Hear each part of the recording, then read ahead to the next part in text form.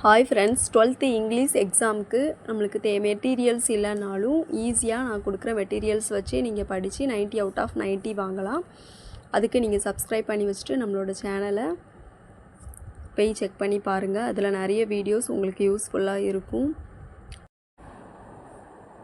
நிறைய ஃப்ரெண்ட்ஸ்க்கு சிமிலிலாம் எப்படி எழுதணும்னு தெரியாமல் இருக்கும். நம்மளுக்கு வந்து பொயட்டில் வந்து லைன் கொடுத்து ஃபிகர் ஆஃப் ஸ்பீச் அது சிமிலியா மெட்டாஃபரா பர்சானிஃபிகேஷனான்னு கேட்பாங்க. சிமிலி அதை எப்படி கண்டுபிடிக்கிறதுனா ஒரு வரி ஒரு லைன் கொடுத்து அதில் லைக் ஆஸ் இருந்துச்சுன்னா அது வந்து சிமிலி.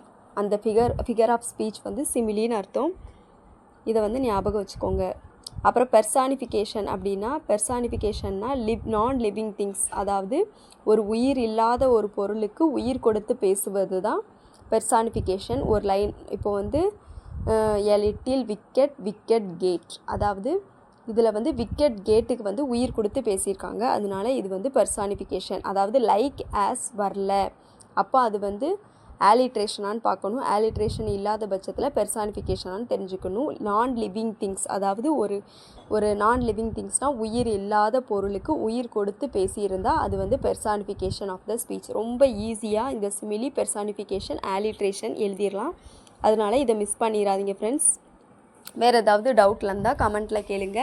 இதே மாதிரி மோர் வீடியோஸ் தெரிஞ்சுக்கிறதுக்காக நம்மளோட சேனல் சப்ஸ்கிரைப் பண்ணி வச்சுக்கோங்க. ரொம்ப இம்பார்ட்டண்டான உங்களுக்கு அப்டேட் எல்லாம் நம்மளோட சேனலில் அப்டேட் பண்ணியிருக்கோம்.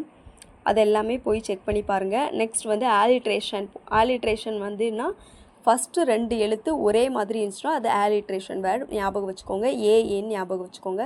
இப்போது இதில் ஆலிட்ரேஷன் வேர்டு வந்து ஆர்ம்ஸ் அண்ட் ஏ. அப்போ இது ஆலிட்ரேஷன், இந்த ஃபிகர் ஆஃப் ஸ்பீச் வந்து ஆலிட்ரேஷன் அப்படின்னு ஞாபகம் வச்சுக்கோங்க. விக்கெட்னா அதில் டபிள்யூ வந்திருக்கு. ஸோ இது ஆலிட்ரேஷன். அப்புறம்